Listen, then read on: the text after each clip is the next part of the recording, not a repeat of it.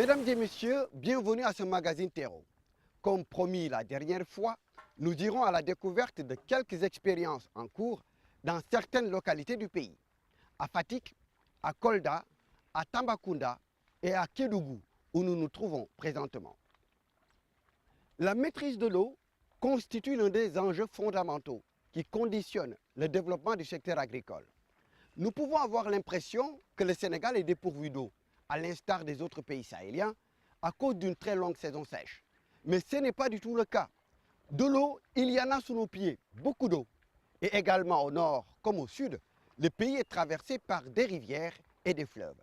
Il suffit parfois de quelques petites initiatives très localisées pour exploiter les ressources en eau disponibles et changer le cours des choses. Assis à l'extrémité de la pirogue, Sidi Diakhaté continue de pagayer pour aller accoster sur l'autre rive. En cette période de saison sèche, le niveau du fleuve a un peu baissé. Dans quelques semaines, ce sont des torrents d'eau qui vont dévaler les pentes du Fouta Djallon et venir grossir le fleuve Gambie, occasionnant très souvent des inondations. Sidi et ses amis utilisent une motopompe pour faire monter l'eau vers leur périmètre. Au moment où des jeunes de leur âge se ruent vers Dakar et que d'autres tentent même de forcer les barrières de l'Europe, Sidi et ses compagnons ont choisi le chemin inverse. C'est en effet animé d'une forte conviction qu'ils ont quitté l'université de Dakar et qu'ils ont décidé de s'installer ici, à Kédougou, pour cultiver la terre. Actuellement, comme vous l'avez constaté, nous sommes dans la deuxième phase des récoltes. Parce que la première phase s'est terminée au mois de mars. Nous sommes en train d'augmenter les parcelles de gombo, ainsi que l'aubergine. Pour le mois de juin-juillet, ces mois-là, je trouve que les légumes seront en manque. C'est pour atteindre un certain objectif. Nous avions constaté il y a quelques années en arrière, jusqu'à présent, les araignées ont des problèmes de maîtrise d'eau. Donc vers les mois d'avril-mai, la plupart des araignées arrêtent leur travail pour préparer les travaux sans perdre. Donc puisque nous n'avons pas décidé d'arrêter, donc c'est sûrement nous serons au cœur du marché. Il y a beaucoup de perspectives qui s'ouvrent en nous. Il y a USAID, il y a Djendé, la direction de l'agriculture. On travaille avec tous ces gens-là, les ONG qui sont là. Beaucoup d'ONG surtout travaillent sur l'agriculture et le maraîchage. Et tous ces ONG-là nous viennent en appui du côté matériel, surtout, mais de l'assistance technique, bien que ça reste. Mais on fait avec et ça, quand même, c'est quelque chose. C'est pas quelque chose. Les choses ne viennent pas tout d'un coup, d'un seul, à la même fois. Donc il faut le temps, il faut laisser le temps jouer son rôle. En l'espace de 2 ans, leur exploitation est passée d'1 hectare à 4 hectares. Objectif fixé, dans 5 ans, avoir une ferme intégrée, agriculture et élevage sur une surface de 12 hectares. En attendant que le rêve devienne réalité, les eaux du fleuve continuent inlassablement de couler vers l'ouest, charriant sur leur passage leur énorme potentiel hydro-agricole. À quelques kilomètres d'ici, les populations du village d'Itato ont su saisir l'opportunité que le fleuve leur a offerte. De 0,25 hectares, leur périmètre communautaire est passé à 3,5 hectares, après seulement une année de campagne. Ça y est, mais avant, aɗa koko woni yaade yeeso sinno si alano yaade yeeso kamen fuɗɗi ka faari donc ɗon men haaɗayno mais noon sa ya fuɗɗi ko seeɗa a ɓeydi a yeehi alhamdulillah rabbil alamina a yiiɗi nafa ko wonɗa gollude kon no waɗani men important joni si men liggi keɗo meɗen heɓde komin yeeya hen meɗen heɓde legueji komin waɗa ka ration min totta sukaɓe ɓe ñaama ha ɓe haara ɓeyday kellal ɓeyday poids ɓandu. Près de 80% des légumes consommés à Kédougou sont produits hors de la région.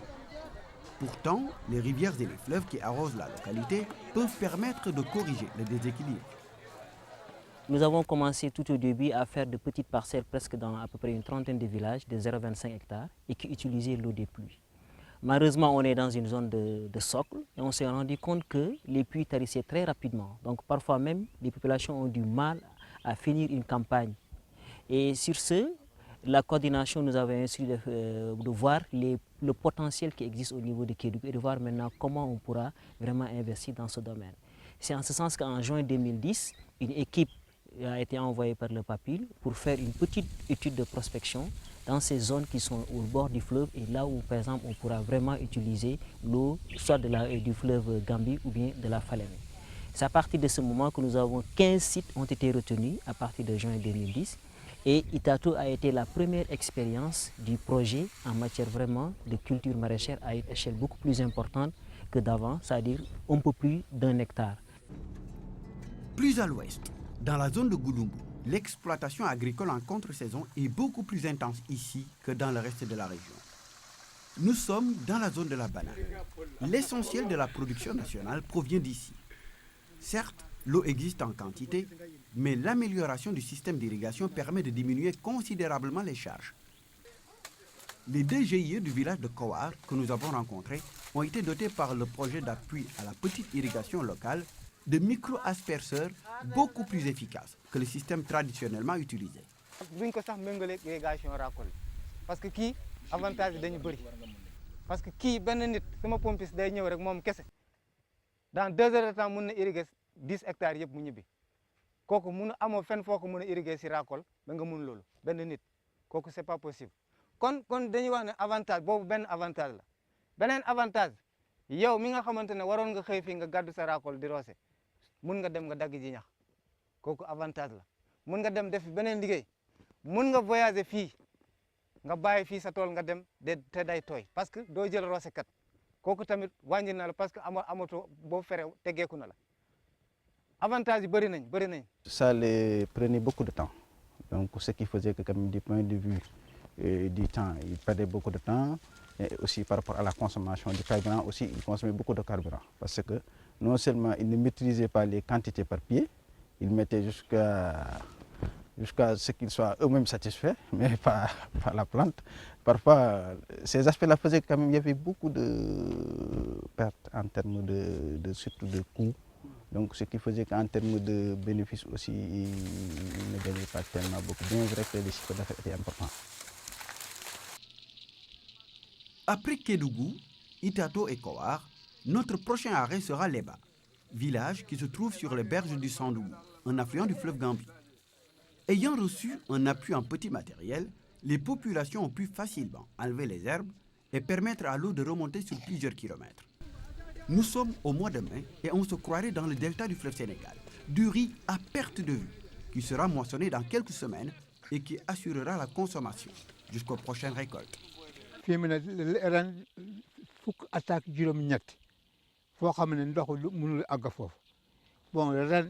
Comme dañuy indi ñax bi ci kaw portefeuille bi ndox bi continué na bi àgg foofu liggéey ndox bi liggéey suñu liggéey bi moo tax ndox bi continué na bi àgg foofu ren ba boo Sambanka et jën la ak Pakeba.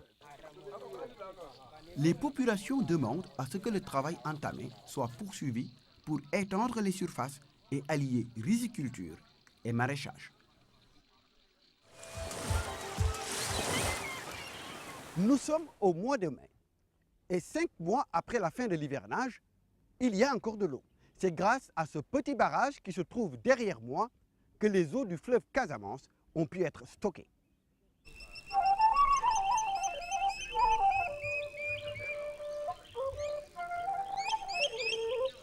Les abords du barrage sont devenus des lieux de vie. En plus de la biodiversité qui est en train de se reconstituer très rapidement, avec un développement de la flore et la faune qui revient, le bétail arrive à s'abreuver et à trouver de l'herbe fraîche. Image inédite en saison sèche. 3 ans auparavant, la situation était tout autre. Alhamdulillahi rabbil alamin. Do ko enen he der baras Medina namo. Yettude Allah de laado Allah. Papil waɗani men ɗo barrage mo ngannduɗaa barrage o jogii nafoore no feewi men keɓii heen yaakar so Allah jaɓii han ndiyam mankata ɗo ndungu e ceeɗu ɗum noon ko yettude Allah e nelaaɗo Allah adan wonaani siforno adan ɗi woodi oɗo sahaa mo ngannduɗaa fuɗɗi o sahaa ɗo toujours ndiyam ɗam horanno manam ndiyam ɗam manka et puis so ndiyam ɗam manque ina addanno ko caɗele he population he kadi ina adda caɗele kadi he jawɗi amen puisque woni hen ceeɗuji ɗi ngannduɗaa meɗen ni gonno ɗo a tawanno tuma ndungu ɗum toɓatno han tawa ko heddi he ngoɗo faro ɗo ɓuranno nayi 50 50 nagge taw ɗi lutti ɗo ɗi maayi angal ndiyam joni no ɗum natti waw wonde kabir barage o daraɗo dariɗo dal miɗen keeɓa hen min keeɓi hen yakar jawɗe amen ɗini ni jara wona naƴi mum wona beyi men kala ko sohli ndiyam ina araga e nder barage o ɗum ko alhamdulillah rabbil alamina te oɗo barage miɗen mbaɗi hen yakar meɗen kutora ndiyam ɗam ndungu he ceeɗu ɗum ɗon min keeɓi hen yakar inchallah heddi tan ko golle ɗe min mbawata hen gollude golle ɗe miɗen mbaɗi hen yakar golle ɗe ina miɗen paandi hen nafoore mawde wona seeɗa. Le barrage de Médina Namo a 3 fonctions. Retenir l'eau, recharger la nappe phréatique et jouer le rôle de pont pour permettre de désenclaver la zone pendant la saison des pluies. L'ouvrage a été construit en 2010, donc ça fait 3 hivernage maintenant. C'est une capacité d'environ 1 800 000 m3 stockés. L'important de cet ouvrage, c'est qu'il permet au moins à environ 2000 hectares de riz de boucler en irrigation d'appoint, ce qui est très important dans ces zones-là. Et en courte saison, c'est un ouvrage qui nous permet d'irriguer sans aucun problème environ entre 60 et 70 hectares de premier marché dans ces zones-là. Et ça, ce sont les impacts directs. Et par rapport maintenant à d'autres fonctionnalités, c'est un ouvrage aussi qui permet aussi à tout le département, à bonne partie du département de Médina Yoro Foulah, donc dans la zone de Dorna, de franchir, de venir à Kolda en gagnant au moins entre 15 et 30 km. Et à travers cet ouvrage-là, les gens peuvent se rendre directement à l'hôpital régional de Kolda sans pour autant éviter en tout cas tout le problème de passer dans la ville, passer dans le marché de Kolda et passer directement envoyer le malade à l'hôpital régional de Kolda et ressortir aussi et aller dans le département de Médina Yoro Foulah sans aucun problème. Donc sa fonctionnalité en termes de vraiment faciliter en tout cas le déplacement des populations du département de Médina Yoro Foulah est quand même assez important. Et vice versa aussi, tous les gens, toutes les populations, les 15 villages qui habitent du côté de la rive gauche ici, peuvent aller directement à Médina Yoro Foulah, aller vers la Gambie et autres, sans pourtant passer dans la ville de Kolda. Et vraiment, c'est un raccourci quand même assez important. Le retour des pluies et la création du barrage ont permis d'atteindre les objectifs qui étaient fixés au départ. En effet, la nappe phréatique est en train de gonfler, le niveau des pluies a augmenté dans les villages alentours, donnant la possibilité aux populations de s'adonner au maraîchage de contre-saison.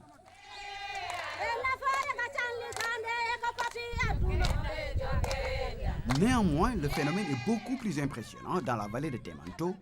2 petits barrages y ont été érigés en cascade pour éviter d'inonder trop de surface. Quelques kilomètres séparent les 2 ouvrages.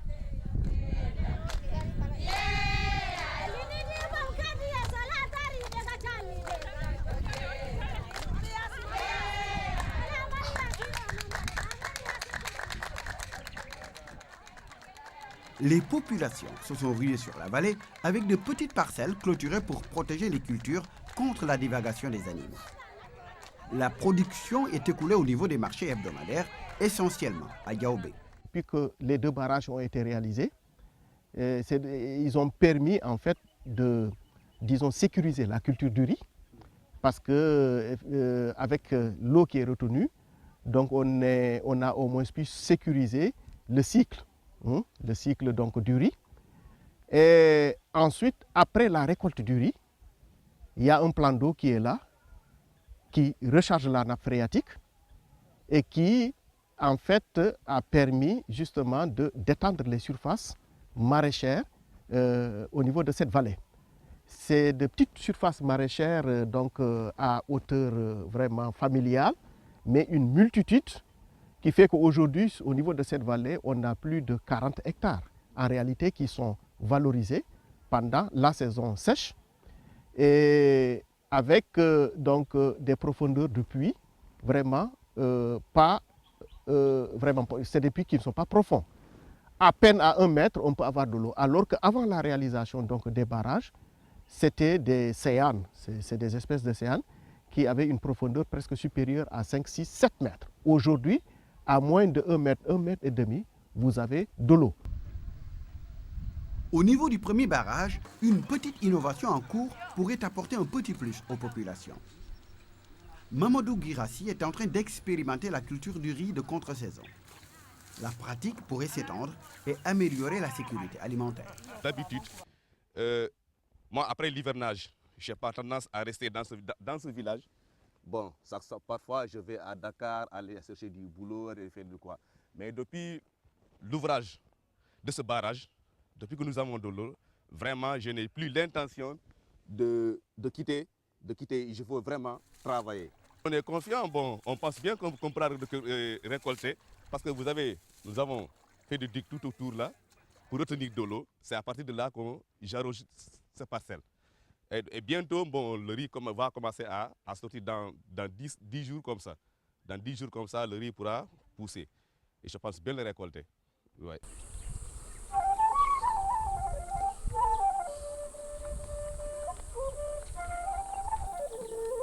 Dans la région de Kolda, les efforts déployés pour maîtriser l'eau ne concernent pas seulement le secteur agricole.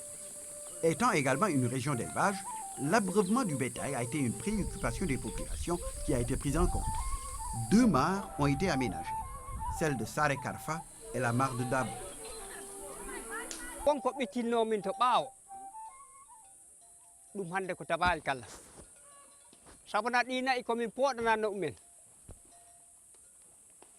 tawana jungo mango nagge yarta ballal ari min gasanama weelu hande nagge mange ko a habba dum tan di wonno nyalon ko baawto keptano diyam maya angal diyam gal wara dum han non do ko ari do yo nyalel gargel do yara ha dom dira hota.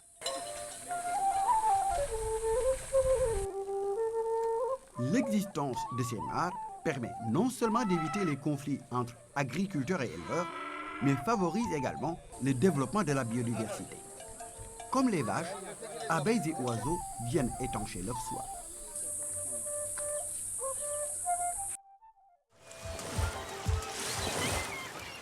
L'invité de terreau aujourd'hui est M. Mamadou Abdoul Kane, ingénieur en chef irrigation au bureau de la BAD ici à Dakar. M. Kane, bonjour. Bonjour, M. Barry. Vers les années 2007, le gouvernement du Sénégal a décidé d'ériger des infrastructures dans le monde rural, des infrastructures axées principalement sur la maîtrise de l'eau, pour favoriser le développement des communautés à la base. Et la BAD a décidé d'accompagner le gouvernement du Sénégal dans ce projet. Alors, M. Kane, quelle est l'appréciation de la BAD par rapport aux résultats obtenus aujourd'hui?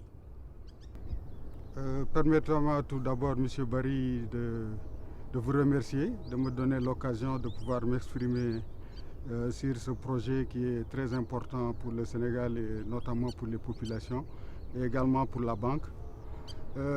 Notre appréciation est positive si on considère les résultats très intéressants qui ont été acquis. Notamment, c'est un projet qui est d'un coût relativement bas et également très fortement approprié par les populations elles-mêmes, parce que c'est des ouvrages simples qui sont à la portée des populations. Et également, quand on voit l'impact sur la sécurité alimentaire, sur la protection de l'environnement, sur la gouvernance locale et également sur l'adaptation au changement climatique, les résultats sont fort appréciables. Même si c'est la satisfaction qui domine aujourd'hui, nous n'avons pas encore atteint une certaine masse critique. Alors, qu'est-ce qu'il faudrait faire pour étendre l'expérience au niveau des zones ciblées? Je pense que, comme j'ai dit, les résultats en matière d'infrastructure sont là et sont vraiment patentes. Il y a un fort potentiel à valoriser. Donc, au niveau de la mise en valeur, il y a certes des résultats qu'on a déjà eus. L'année dernière, par exemple, il y a eu une production à peu près de 10 000 tonnes. Cette année, certainement, on aura beaucoup plus, peut-être 15 000 ou même davantage. Et il reste des efforts à faire dans les semences améliorées, le labour, pour faciliter le labour et également le battage. Et également voir à plus long terme au niveau de la transformation comment les choses peuvent être faites. Donc je pense que ça c'est spécifiquement pour les populations qui sont bénéficiaires du présent projet. Bon, par contre pour les autres, même pour ces espaces qui ont été dans la zone d'intervention du projet, il y a d'autres sites qui n'ont pas pu être faits. Et au-delà de ça, au niveau de l'ensemble du pays, il y a encore des choses à faire. Mais ce qui est important à retenir ici, c'est qu'on voit qu'il est possible de faire quelque chose. Et on voit qu'il y a des résultats. Et ces résultats, ils doivent être capitalisés. Vous l'avez dit tout à l'heure, M. Kane, les infrastructures qui ont été construites ne coûtent pas beaucoup d'argent et leur impact est immédiat au niveau des populations. Et il faut aussi une maîtrise de l'eau parce que c'est fondamental au niveau des pays comme les nôtres. Est-ce qu'il ne serait pas plus pertinent d'étendre le projet, en faire carrément un programme national? Et est-ce que la BAD est aujourd'hui prête à accompagner l'État du Sénégal dans une telle démarche? Nous avons déjà discuté avec le gouvernement pour voir d'abord comment capitaliser les acquis, parce qu'il y a des acquis importants au niveau surtout des niches par rapport à l'adaptation au changement climatique. Vous avez cité la maîtrise de l'eau. Également, il y a tous les aspects de protection contre l'érosion marine, des milieux insulaires. Il y a également toutes les actions concernant la protection de l'environnement, notamment au niveau de la mangrove. Il y a eu des choses qui sont très intéressantes et très appréciables. Bon, ce qui est important maintenant, c'est de voir comment, sur la base de ces acquis, bâtir une stratégie de mobilisation des eaux et de la lutte contre la salinisation des terres. Donc cet exercice est déjà entamé au niveau du gouvernement, nous l'accompagnons bien entendu, et ça devrait déboucher sur un programme national de petite irrigation pour pouvoir mettre à l'échelle les acquis qu'on a déjà cités et également voir aussi parallèlement comment on peut mobiliser davantage de ressources en faisant appel à des fonds climat parce qu'on a vu que toutes ces niches-là qui sont très favorables à l'adaptation au changement climatique. Monsieur Kane, je vous remercie. Je vous remercie, Monsieur Barry. Après Kolda, Kédougou et Tambacounda, cap sur Fatick. Ici, le problème, ce sont les impacts attribués par les spécialistes au changement climatique. Il s'agit de l'érosion côtière et de la salinisation des terres. Solution imaginée, l'érection de digues pour protéger les habitations et récupérer les terres de culture. Reportage, Louise Bidza. Dassileme Serer, village situé dans la communauté rurale de Toubacouta. Ici, la zone a subi les effets des années de sécheresse de 70 à 90, 20 ans de dégradation des sols avec pour conséquence le tarissement des rivières. Une situation qui a permis à la langue salée de gagner du terrain. Plus d'1 kilomètre de sols ont été envahis par le sel. Historiquement, c'était une zone de production risicole et maraîchère. Mais avec cette avancée de la langue salée, la production était arrêtée systématiquement sur l'ensemble des périmètres que vous voyez. Pour lutter contre ce phénomène, le projet d'appui à la petite irrigation locale, le PAPIL, a réagi. C'est ainsi que des digues anti-sel ont été construites à Dassileme Serer pour empêcher la remontée de la langue salée. Cet ouvrage, quand même, pour nous, a 3 fonctions. Elle joue 3 fonctions. La première, c'est justement d'arrêter l'avancée de cette langue salée-là. La deuxième, c'était de stocker de l'eau. À l'heure actuelle, nous avons une lame d'eau de près de 800 mètres. Et la troisième fonction, c'est au moins de contribuer à recharger les nappes adjacentes afin de pouvoir redémarrer les processus de production tout autour de cette vallée-là. L'ouvrage s'étend sur 7 km de longueur. Avant la construction de la digue, le tamarix et la mangrove, 2 plantes indicatrices de sel, ornaient le décor. Aujourd'hui, la désalinisation des terres laisse apparaître le tifa et le nunéphar, des plantes aquatiques qui symbolisent la présence d'eau douce, ce qui illustre la baisse importante du taux de sel dans la zone. Ce programme de maîtrise d'eau dans le village de Dassileme Serer a connu des résultats positifs. En attestent ces 13 hectares de terre récupérés au grand bonheur des populations. Liggéey bi nag alhamdulilah sant nañu yàlla parce que nag yàkkatu ko dara yàkkatu ko boo liggéey ba pare nga dem sa kër tëdd ba heure bu la neex nga ñëw gontu si waa PAPIL lu ñu def ñu ngi leen di sant di leen di gërëm. L'ouvrage a nécessité juste 40 millions de francs CFA. 32 millions supplémentaires ont été dégagés pour valoriser les terres récupérées, pour permettre aux populations de bien exploiter le périmètre. Une synergie s'est instaurée entre le PAPIL, l'ANCAD, l'USAID, entre autres partenaires. On travaille en collaboration, une très bonne collaboration d'ailleurs, qui permet à l'agriculture d'être derrière eux, de suivre les producteurs comme ils le font et d'encourager également dans cette lancée d'atteinte à l'autosuffisance alimentaire. Nous avons une mission d'appui conseil. Si je parle d'appui conseil, c'est essayer d'accompagner les producteurs qui sont au niveau des organisations de base. Et de quoi faisant, cet appui portera sur amener à leur niveau les informations nécessaires pour pouvoir prendre des décisions, les aider à pouvoir analyser les demandes et d'essayer de trouver ensemble des solutions par rapport aux problèmes rencontrés. Et mettre aussi à leur disposition soit des technologies, mais des pratiques qui leur permettent vraiment de booster le niveau de production. Après le village de Dassileme-Serre, le PAPIL a aussi implanté un autre ouvrage de franchissement et de retenue d'eau dans la vallée de Médina Dikoy. C'est dans la communauté rurale de Kër Sambagé. L'infrastructure s'étend sur une longueur de 475 mètres avec une largeur en trèfle de 4,5 mètres.